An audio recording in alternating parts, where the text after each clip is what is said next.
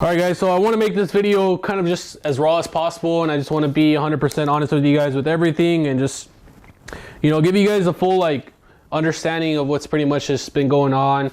I know this is probably like the last swap, the last project that I had on this channel, and I definitely want to finish it. I'm all for it. You know, this is one of my dream swaps. I've always wanted an M62 powered E30. Just the way that it sounds, the performance of it is just everything to me, man. I really want to get this car done. And it almost feels unrealistic at this point. I think when it's really going to hit me is when the car actually turns on and it's actually running and driving, because this project has been going on for about, I want to say almost probably 3 years. And that's honestly a really, really long time for this swap. When I first thought about swapping this car, my timeline was probably 2-3 months to get it done and then just get it out of my garage. Pretty much has been sitting here for a really long time, and it just kind of, you know, it kind of just sucks just having all this work just piled up in my garage and just not really doing anything about it. I spent so much money on the swap, and I really don't want to turn back and then just kind of you know, give up on the project. But I'm gonna give you guys a full update on pretty much what's going on with this, you know, probably where I've been a little bit, because I haven't really been on YouTube, I haven't been on Instagram. First, starting off with the M62, I think in the last video that you guys saw was I got the headers fabricated. So I pretty much cut everything up and then I took it to somebody to get it welded, and I was able to get the headers to clear the steering shaft, which was one of the biggest issues. So that brings me to my next point with this swap.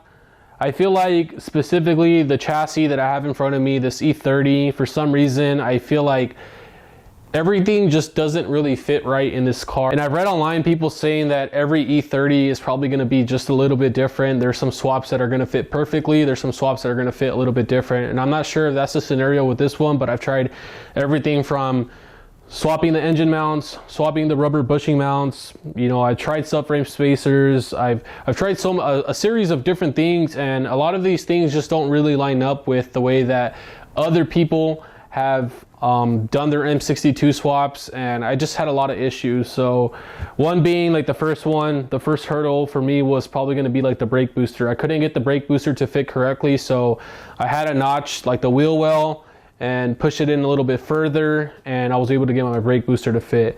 Once I got the brake booster to fit, I was having issues with the headers. The headers just would never ever clear the shaft, and right now I think it only has less than a finger gap in between the shaft and the header, and that is super close, and it's probably not safe enough. I mean, I think it's okay. I don't see why it should move. I have solid bushings on the engine mounts and also on the trans, so really there shouldn't be too much play in the drivetrain, but still that's just kind of out of my comfort zone. I would rather it to have a little bit more clearance, just as other people have it. And then also my heater hoses, for some reason I can't get mine to line up. Mine were kinked, and it was just a little too close to the brake booster bracket against the firewall, all that stuff. I've notched my firewall, and I just feel like everything just doesn't fit right in this specific car. I do notice that, you guys can't see it on the camera, but on this side of the frame rail, it's a little bit pushed in, and I feel like that might just be the issue that I'm having. It might have just tweaked some proportions of the car, and that's probably why everything is just not sitting exactly where it's supposed to be. But it's very minimal, so I kind of doubt it, but I'm just not sure if it's just the chassis in general. But that's basically what kind of pushed me away from this swap, and that's kind of why I just really put it to the side, and I haven't really been working on it too much. You know, doing a swap like this can be really challenging, especially since it's my first swap into a different chassis. For a first-time learner that has no experience with fabrication, wiring, and all that stuff, it could be really challenging to do something like this and just tackle it all on your own. But I've made it really far with this, and I just don't want to give up, and I don't want to turn back, so I'm going to keep going at it. And I think swapping over to another chassis is probably going to be what is right for this specific project, just with the goals that I had for this one, because I really wanted to retain every factory option as possible and just have a fast, powerful E30. I'm not going to run no AC. I'm going to run power steering. I'm going to run power brakes, no heater. I'm going to cap those lines off, and probably no ABS unless I'm able to get the wiring right. There's a few wires that I cut and I don't know where they go anymore, so I have to figure all that stuff out. But for now, this is gonna work, I guess, until I find a new E30 shell that's in better condition and just swap everything over. Then hopefully we can get everything right. So things that you guys haven't seen from the last video, you guys saw that I pulled out this engine out of the E38, and I kind of just pushed it to the side, but I ordered every single new gasket, every single part for this engine to do a complete brand new overhaul. So just kind of off the top of my head, I did pretty much every single gasket on this engine aside from the head gasket. Every single seal has been changed out, water pump, thermostat, timing guides, timing chain, all that stuff is brand new. Valley pan is new spark plugs. There's a whole bunch of new parts on this engine. Installed a new clutch, same flywheel, installed the transmission, and then I installed the entire drivetrain into the car with the headers. And the headers are actually heat wrapped as well. I did record the entire process of disassembling the engine and putting all the brand new parts on it, so I'm going to be uploading that to YouTube pretty soon. After that, I think I just ran the original harness from the E38, so it still has all the automatic transmission wiring, which I do want to get rid of eventually. So once I get this car running and driving, I'm going to go through the harness and pull out all the wires that I'm not using and delete all the unnecessary stuff, because there's going to be a lot of wires that I don't need, since there's extra modules with the automatic transmission wiring, and then probably modules that I just don't need anymore.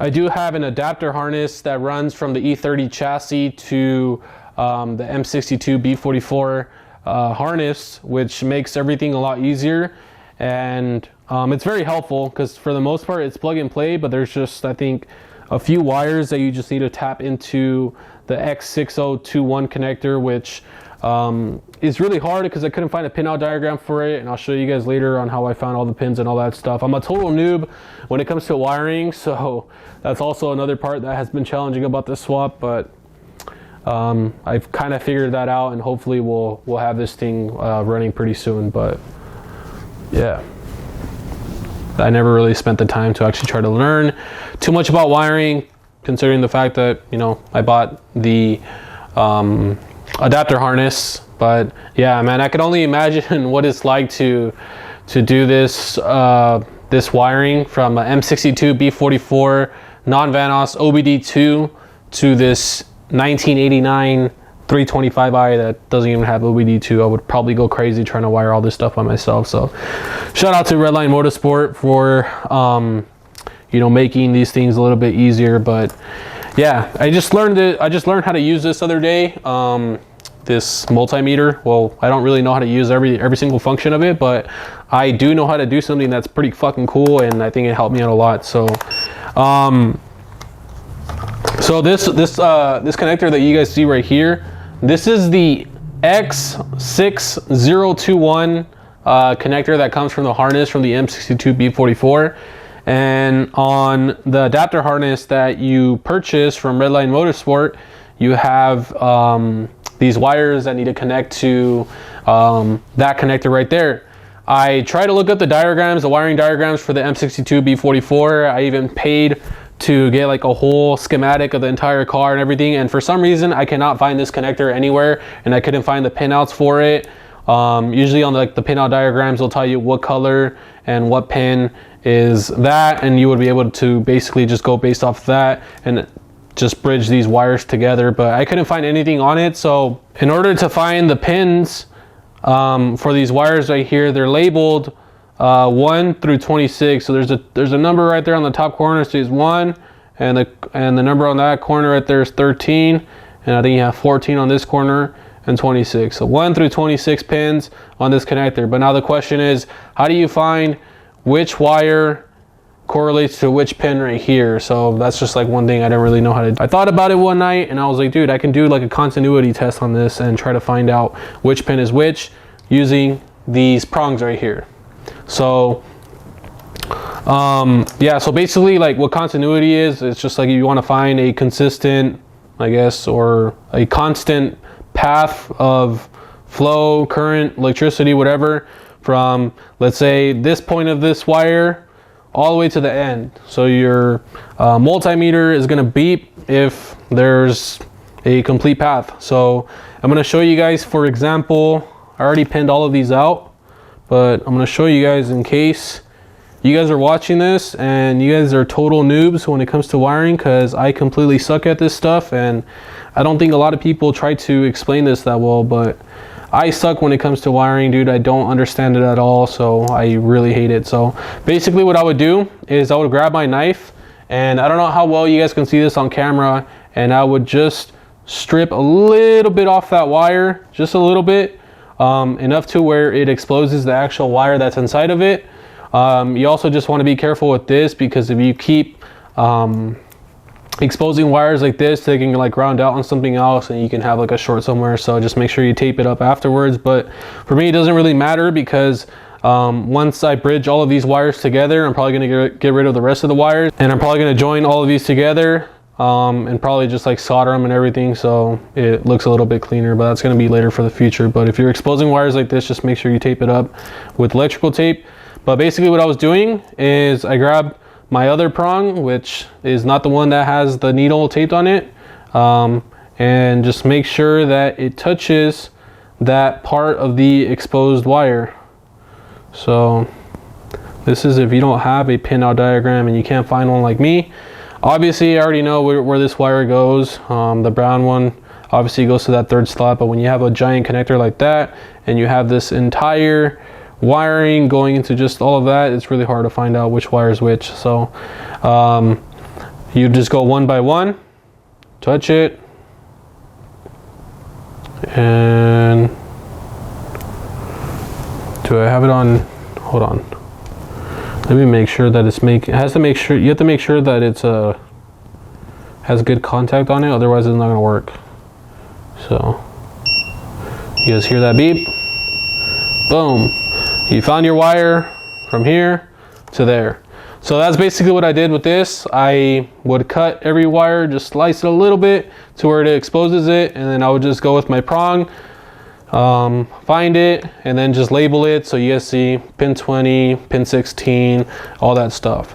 So now I can grab these wires right here, and now I can bridge them to the corresponding wire. So if I need pin 7, I just find pin 7 on here, and then this wire is going to get clamped onto that. So that's how I kind of figured that stuff out. To you guys, it's probably not going to be too much of a surprise, because you guys are probably familiar with wiring and you guys are good at it, you guys understand it. Just in case there's anybody out there that probably is just not too familiar with doing all this kind of extra work, I guess. So yeah, so that's just like the wiring part of it. So this is kind of where I'm at right now. So I just need to bridge all of these wires to where they're supposed to go, and then this is going to be done, and then I just need to connect all the other wires pretty much everywhere else. So all the wires that need 12 volts are going to go to the battery side terminal, which is by the ABS, and I think there's a wire that has to go to the starter. This harness is pretty legit. This company's pretty legit. I really like the way that they make their harnesses and the support that they have. Like if you have any questions, they'll help you out. I've been emailing them, and you even have a harness instruction guide. So when you order your harness, I know you guys can't really see, there's an entire instruction sheet on I guess like their wiring harness and where everything goes. So yeah, that's basically where I'm at with the swap. I hope to have this done pretty soon and just move on to other projects, dude. I've done so many other things that haven't really involved this swap. I know I haven't really uploaded on YouTube. I barely ever post on my Instagram anymore. I kind of just deleted everything off my Instagram, which I'm gonna bring back pretty soon. Just because I'm not on social media, or I haven't really posted on my YouTube, Instagram, whatever, doesn't mean that I'm not working on cars. This is like truly like the passion that I have. I've been buying a lot of cars. I've owned probably over 12, 15 BMWs this year, and just been buying, reselling them, fixing them. I had an E46 M3. That was like super fun car that I had. I've owned a bunch of E90s. I have an E82 right now.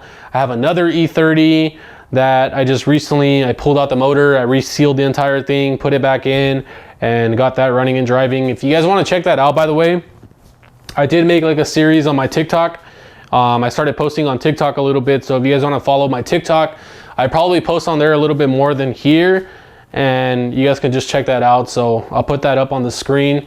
And yeah, I just did that, and I've been working on a bunch of other cars. So just because I'm not working on the V8, or I'm not uploading to YouTube, or I'm not posting on my Instagram as much anymore, doesn't mean I'm not doing this anymore. But I've been doing so many crazy things, guys, and I just really want to jump back into everything. There's been so many changes like in my life and stuff, and you know, I just kind of had to go away for a little while, guys. But I think I'm in a better position now. I don't want to say that like I'm good and everything, but I think things are starting to clear up a little bit more, and I have a good direction and understanding of what I really want to do. So yeah, man, it's been a long journey, and I know I've been away for a long time, and I just can't wait to fully return to what I used to do, man. You know, I just really just missed like my old self. I used to, you know, I mean, I still work on cars a lot, but I feel like I was just a lot more passionate for it back in the day. Like, I would always go out and do like photography of my cars and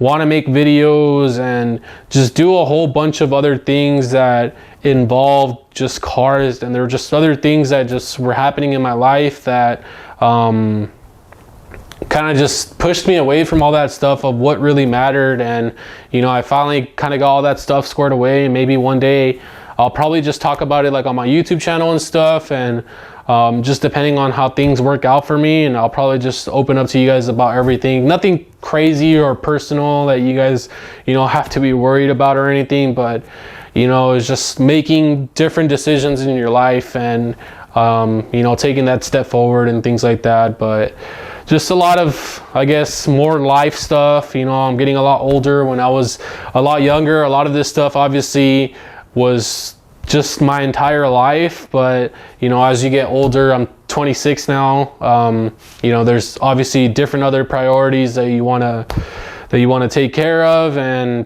you know, it's just a whole bunch of stuff, guys, that would just kind of just happen. But I think the way that things are going right now are a little bit better, and hopefully soon, you know, I'll be able to speak on it and try to motivate you guys to just, you know, make these decisions that are probably going to change your life. So yeah, man, a lot of crazy stuff.